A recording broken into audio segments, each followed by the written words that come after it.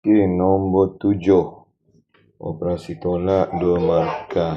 Okey, jadi maksudnya menulis nombor itu pada nilai tempat yang betul pun dapat markah. Jadi 6,468 tolak 5,37. Okey, so kita buat tolak.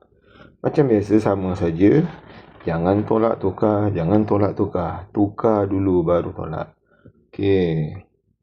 So kita tengok 8 boleh 6. Tak boleh tolak 7. Pinjam sebelah.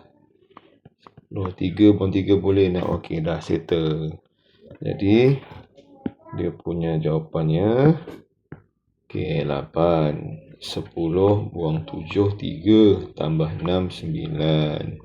3 buang 3 sifar, ada titik. 6 buang 5 1. So jawapan ni lah 1.098. Itu aja.